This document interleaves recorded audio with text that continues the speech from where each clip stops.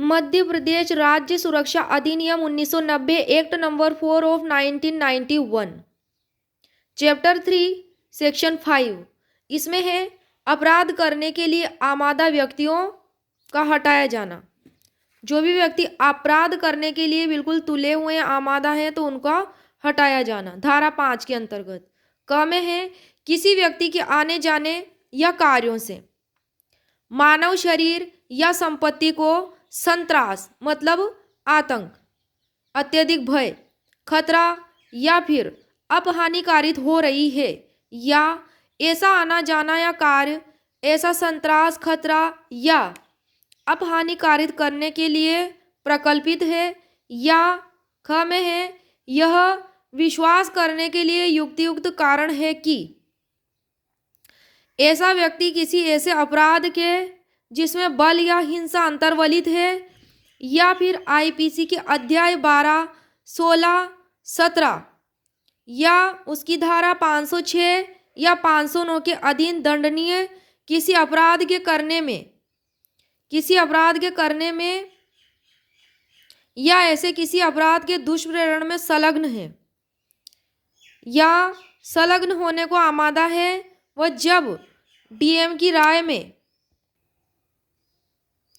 ऐसे व्यक्ति के विरुद्ध साक्षीगण अपने शरीर या संपत्ति की सुरक्षा के बारे में उसकी ओर से आशंका होने के कारण खुले आम साक्ष्य देने हेतु आगे आने जाने के लिए रजामंद नहीं है या फिर ग में है किसी अप्रवासी के लगातार निवास से किसी महामारी का प्रादुर्भाव होना संभाव्य है। कोई भी व्यक्ति जो है बाहरी है, अप्रवासी है, नॉन रेजिडेंट है, तो उसके लगातार निवास से क्या कारित हो रहा है? खतरा। किसका? महामारी का। ऐसे व्यक्ति को तो डीएम उस पर तामील किए गए लिखित आदेश द्वारा डोंडी पिटवाकर, ढोल वोल पिटवाकर या अन्यथा जैसा डीएम उचित समझे ऐसे व्यक्ति को या फिर ऐसे अप्रवासी को निर्देश दे सकेगा कि क्या निर्देश दे सकेगा? पहली बात कि वह ऐसी रीति में आचरण जो हिंसा तथा संत्रास, आतंक या ऐसे रोग के प्रादुर्भाव या फिर ऐसे रोग की उत्पत्ति या फिर इसके प्रसार, प्रोपेगेंडा का निवारण करने के लिए आवश्यक प्रतीत हो। दूसरी बात, वह जिले या उसके किसी भाग या ऐसे क्षेत्र तथा उसके समीपस्थ किसी जिले या झीलों या उसके किसी भाग के बाहर ऐसे मार्ग से तथा ऐसे समय के भीतर जैसा कि डीएम विनिर्दिष्ट करे चला जाए। वह उक्त जिले या उसके भाग या क्षेत्र तथा ऐसे समीपस्थ जिलों या उनके भाग में जहाँ से कि हट जाने का उसे निर्देश दिया गया है प्रवेश ना करें, वहाँ पे इंटर ना करें और ना ही ऐसी जगह पर लौटें जहाँ उनको मना किया गया है। ऐसे व्यक्ति या ऐसे अप्रवासी को धारा 6 में है।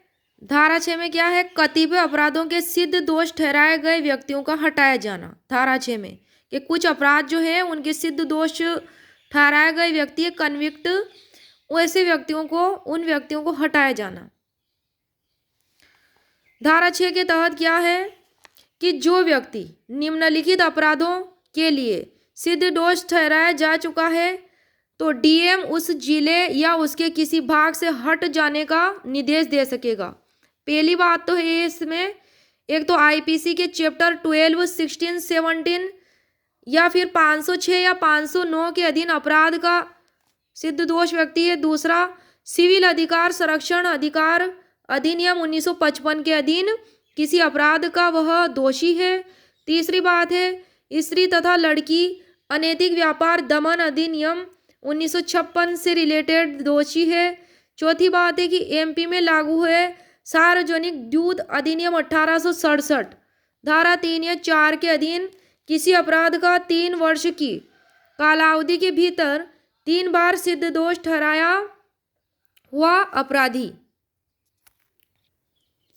धारा 7 जो है यह है कि सेक्शन 4, 5 या 6 के अधीन, सेक्शन 4, 5 या 6 के अधीन आदेशों के प्रवर्तन की कालावधि कितनी होगी? 1 वर्ष से अधिक की नहीं होगी।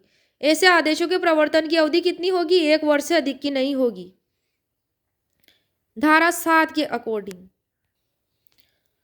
अब आ जाते हैं धारा 8 पर।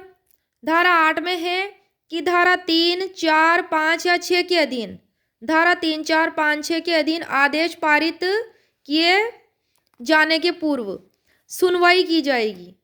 ठीक है, पहली बात तो यह है कि धारा 3, 4, 5 या 6 के अधीन कोई आदेश पारित किए जाने के पूर्व डीएम उस व्यक्ति को उसके विरुद्ध लिखित जानकारी देगा और उसे अपराधों से संबंधित स्पष्टीकरण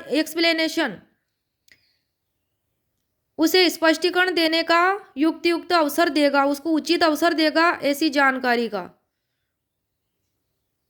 कौन? डीएम। ऐसा आदेश दिए जाने के पूर्व कि उसने क्या क्या अपराध किया है, ये सब लिखित में।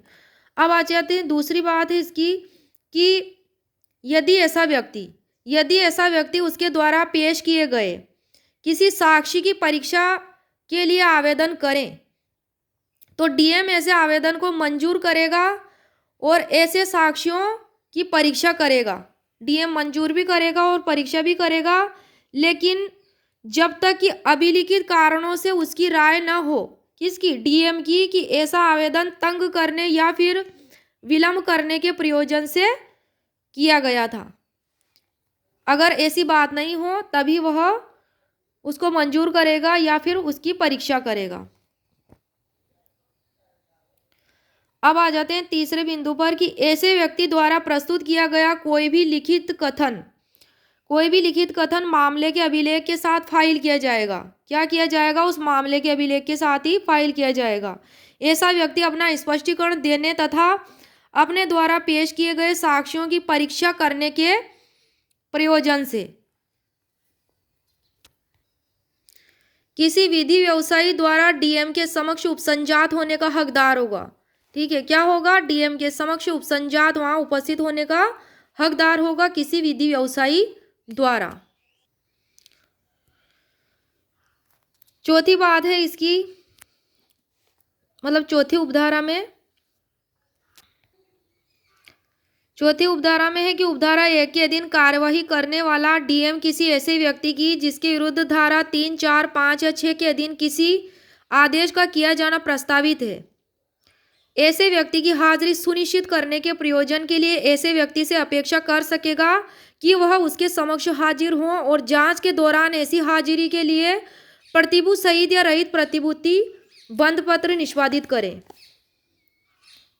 अब आ जाते हैं उपधारा 5 पर कि यदि वह व्यक्ति अपेक्षित किए गए अनुसार प्रतिभूति बंध पत्र निष्पादित न करें या जांच के दौरान डीएम के समक्ष उपस्थित न हो तो डीएम के लिए वह विधिपूर्ण होगा कि वह जांच में एक पक्षीय कार्यवाही करे।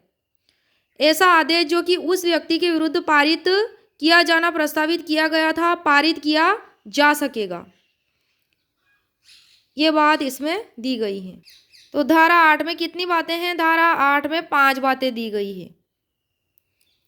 एक तो युक्त अवसर देगा उसको डीएम उस ऐसे व्यक्ति को, दूसरी में परीक्षा करने के लिए, साक्षी की परीक्षा करने के लिए, और तीसरे में अभिलेख प्रस्तुति के साथ फाइल करने के लिए मामले को विधि व्यवसायी द्वारा डीएम के समक्ष उपस्थित होने के लिए, और चौथे में है धारा 3, 4, 5 के अधीन आदेश किया जाना प्रस्तावित है उसकी हाजिरी सुनिश्चित करने के लिए प्रतिभूत सहित या रहित, और उपधारा 5 में है प्रतिभूति बंध पत्र निष्पादित न करें यदि वह व्यक्ति अपेक्षित किए गए अनुसार। तो जांच के दौरान डीएम क्या करेगा? डीएम के लिए विधिपूर्ण होगा कि जांच में वह एक पक्षीय कार्रवाई करें। एक पक्षीय कार्रवाई की उपधारा 5 में दिया गया है, धारा 8 की उपधारा 5 में।